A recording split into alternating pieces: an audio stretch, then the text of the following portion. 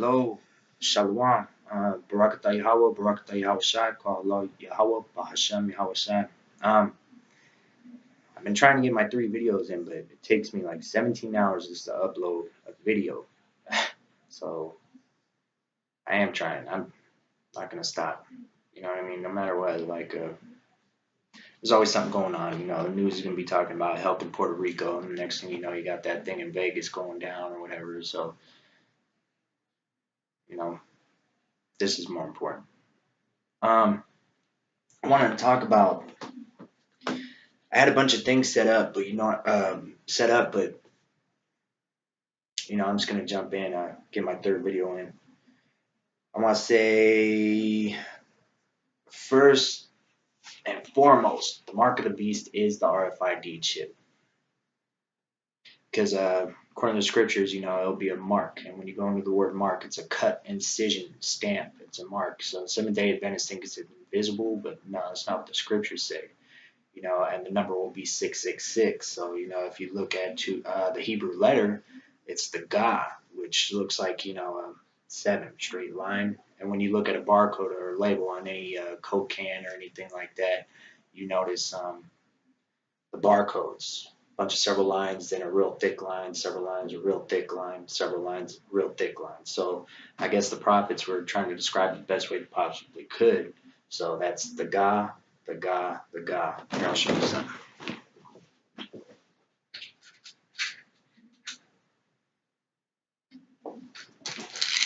This. This is vitamins. You can notice that there's 3 very dark lines. 6, 6, 6. It's the God. You're crazy. You can actually put something like that in your skin. I mean, honestly, crazy. I mean, there's been rumors and everything about how the elite, they do satanic rituals and things like that.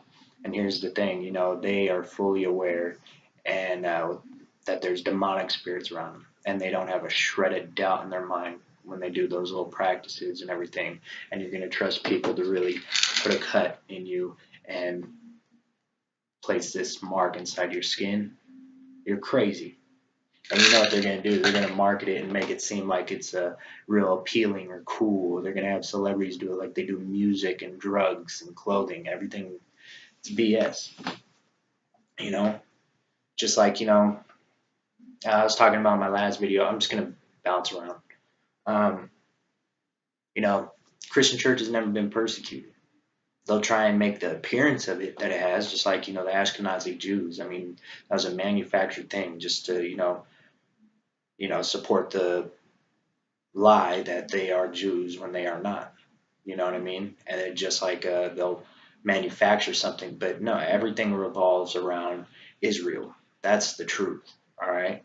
Like those Gentiles and strangers and all that, those are Israelites that they're talking about. Because remember, the kingdom was divided, Judah and Israel. They are warring between each other. When you go into Kings, the 11th chapter, you notice that the kingdom was separated, and only Judah, Benjamin, and Levi were left. So when Yahweh Shai came on the scene, who the world calls Jesus Christ, he was trying to get the lost sheep of Israel, because Judah was there.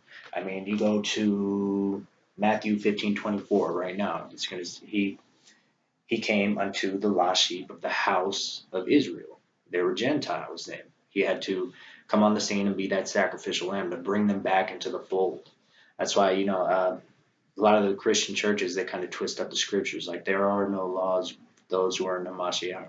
That is not what it's talking about. It's talking about the Israelites who were Gentiles who got brought back into the fold, and according to the law, they're cut off, they were divorced, they were separated, and they got if there's no law, I mean, it's just ridiculous. I mean, again, here we go. You go to Matthew 5:17. He says, "Think not, I came to destroy the law or the prophets, because not, until heaven and earth pass away, which is never." And I gotta thank people who helped me with this. "Not one jot or one tittle shall no wise pass from the law, until all be fulfilled." Okay. So he didn't come to destroy the laws or the prophets, meaning all the prophecies that the prophets prophesied. A lot of things still have to go down, take place. You know what I mean? You know, it's not over until Yahushua comes back in his kingdom and everything. You know, it's not over until, you know, he gathers his elect and, you know, comes back and brings the kingdom here. You know, there's so many things that still have to go down. I was reading, it's getting more into Isaiah, man. It's scary stuff. It's going to go down, you know? So people think, oh, yeah, and they were separated too, because if you go into freaking Jeremiah 50:17, you know, it said they're scattered people, you know, they're across all the isles, the islands, they're everywhere. You know, it's really, I mean, have you been looking at the videos? I mean, go to the Tribe of Judah Teach and, you know, GMS Walk and Talk 8 on YouTube. I mean, look it up yourselves. It's the truth, you know, and if there's any, you better call on the name Yahweh Shai. All right, I'm just going to tell you right now, because there is no other name under heaven given to where someone can be saved. Period. I mean, you know, you might have a zeal, you might be real zealous and Christian, you know, and you pray the name of Jesus Christ, but you do your homework and you got to start you really going into the history and find out that his name's Yahweh Shai, and you got to call on that name. You know, the Christian church is going to say everything's all good, it's okay, you know. They keep doing that, and it's bullshit. It's going to get you destroyed. They're going to even tell you that it's okay to take the chip and everything's fine, and, you know, it's a lie. The Christian church is a snare, and they overlook several prophecies. I mean, don't know how to break it to you better, but you gotta get into that. And another thing I wanted to touch on was the Apocrypha. Okay, should be part of the original canon. It is inspired writing. You know, who's gonna say? You know, there's gonna be. It's not even their book, and they're gonna say what's inspired, what's not inspired. King James himself contended so much for that freaking thing, you know, and they did a smear campaign against him. You know, honestly, that it's inspired. It's part of the canon. I'm actually gonna start putting things together. I read a bunch of articles on it too, and you know, there's so much slander out there. Again, you gotta know how to chew the meat, spit out the bones. But yeah, it's part of the canon. You know, I could just prove it right now with common sense. All right, take a crack at it. Um, One, it is Hebrew writing.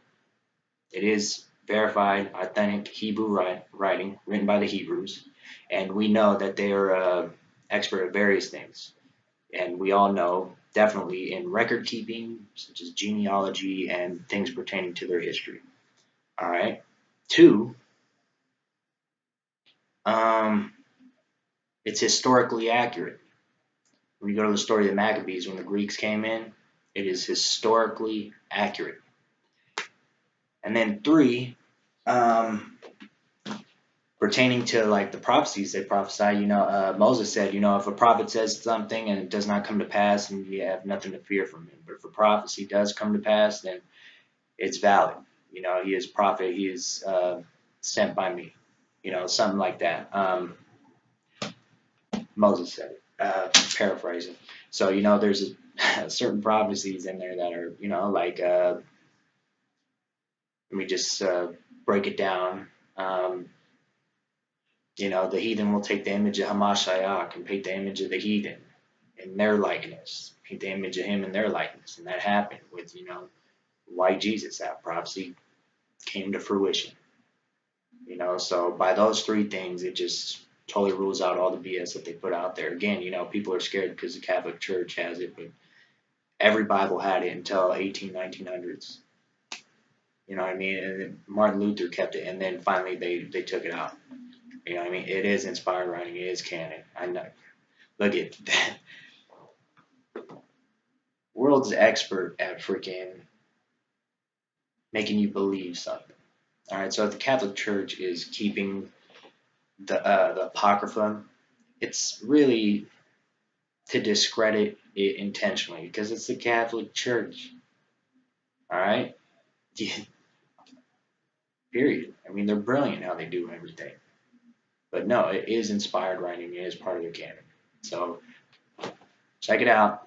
You know, just by those three things I said, you know, it is written by the Hebrews themselves, all right? It's historically accurate, and the prophecies they prophesied in there came true. And, you know, there's probably more in there that are going to happen, you know, like the prophecies in Esdras and all those things. And it's just actually beautiful writing. You shouldn't be scared to read it. And, you know, if you're a man of the Lord, it won't affect you. But it is inspired writing, so part of the canon, you know. But anyways, I had to get my 3 videos in. I'm just jumping on various topics. I'm sorry, my computer sucks. It's going slow. Everything's trying to, uh, dang Wi-Fi is trying to slow me up and stuff. Like it's ridiculous. But either way, you know what? I want to thank all the brothers that are out there, my teachers, everything. You know, my teachers in my favorite camp and all the apostles, man. They're great, you know. And anyways, yeah, I'm trying to work on something too that I want to jump into. Yeah, Apocrypha too. Well, yeah, just it's part of the canon. And I just know. Just by common sense. You gotta learn how to chew the meat, spit out the bones. Anyways, yeah, with that said, I want to say, don't take the RFID chip. Don't take the RFID chip. And Apocrypha is part of the canon. And anyways, you know, I want to say, Barakatah Yahweh, Barakatah Yahweh Shai, call Allah Yahweh, Bahasham Yahweh Shai. And, double honors to all the elders and apostles of Great Millstone, and bless the Hakim that are pushing the word in truth and sincerity. And with that said, I'm going to say Shalom.